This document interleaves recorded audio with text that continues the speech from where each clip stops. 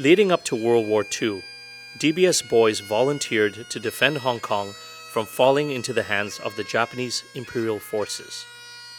Some were captured and sent to POW camps in Hong Kong. Others were sent to slave camps in Japan, and many others were killed in the defense of Hong Kong. World War II was one of Hong Kong's darkest periods of history. For DBS, it meant the tragic loss of life, the sacrifice and suffering of our boys, our teachers, our headmaster Gerald Goodban, and the loss of our school campus to the hands of the Japanese army. This is part of our history.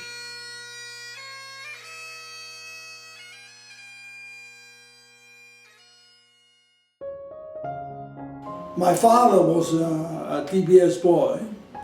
Before the war and long before that, I couldn't remember. He was in Bonham Street, and the headmaster was Featherstone. We know of Featherstone House, we went to Percy House, all these are named after headmasters. Best of all was the inter-school athletics, particularly the ones held at Caroline Hill, when the school used to perform very well.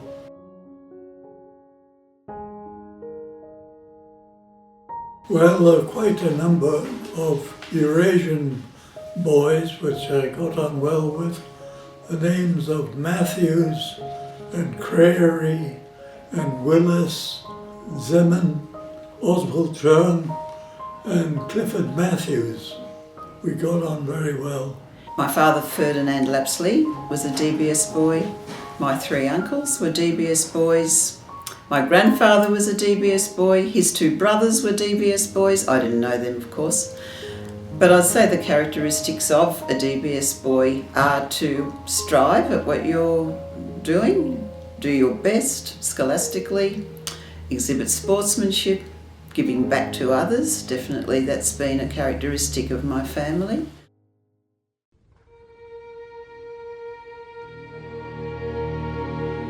My first recollection calling me over the phone on December the 7th, I think, in 1941, just about midday, and telling me that I was to report to headquarters as soon as possible.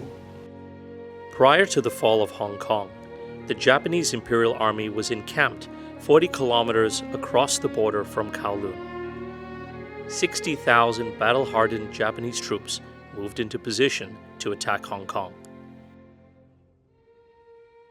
Most of the DBS boys were in No. 3 Company. Clifford Matthews, Victor White, George White, his brother, John Fisher. I remember Prata. Our company proceeded to Mount Collinson. That was the name of where our pillboxes were. After we were at Stanley for a night or two, or were transported to Repulse Bay Hotel. On December the 8th, 1941, Japanese forces made coordinated attacks across the Pacific and Southeast Asia, including Pearl Harbor and Hong Kong. While going up the steps to the hotel, my brother became the first casualty. He was shot by a sniper from the hillsides where the Japanese had.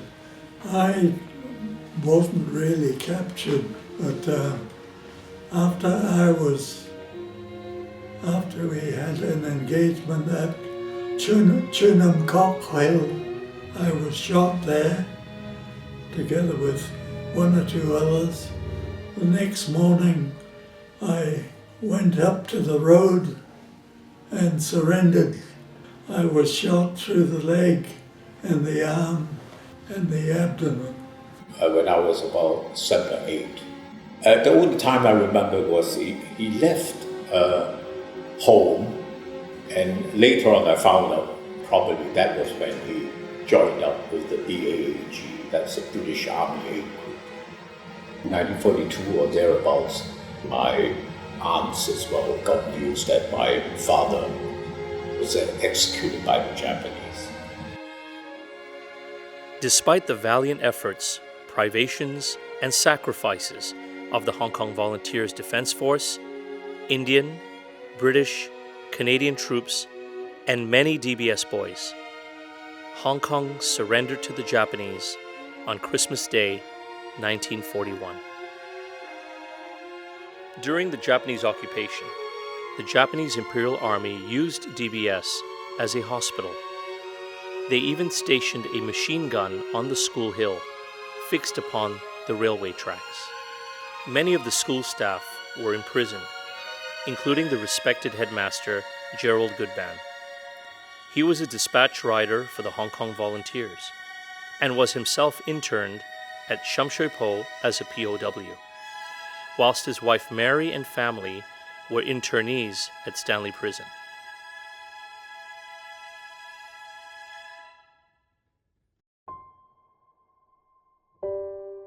At the beginning of 1943, they wanted to send a detachment of 100 Hong Kong volunteers to Japan.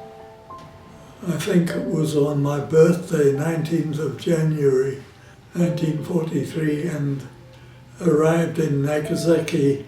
There was already about 100 prisoners. Most of the number 3 company were in number 3 room, worked during the day, breaking iron or whatever we were allocated to do. Because of the 4 years under the Japanese occupation, I knew what starvation was. You'll be surprised what I've eaten during the war, and just to survive.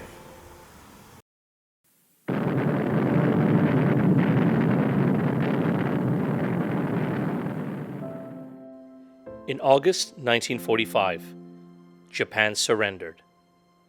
On Boxing Day 1945, a senior DBS teacher, Mr. J.L. Youngsei, visited the school and found the campus was left mostly intact by the occupying forces, but with very little school furniture and equipment remaining.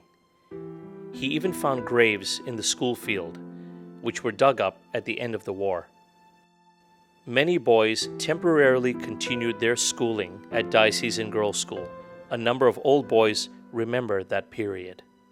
While Mr. Goodban was on leave, Mr. Oswald Cheung, an old boy, and Mr. B.J. Monks served as acting headmasters. My parents died during the Second World War in Hong Kong. After the war, when we were all registering with the Red Cross, they took me in, they asked you, I still remember, my father told me they were DBS, so I sort of insisted I'd like to go to DBS. It took some time before DBS could get started again, but they started quite early. I mean, I entered DBS in January 1947. Thank you, everybody at DBS, for this occasion. Thank you, DBS. Thank you, DBS.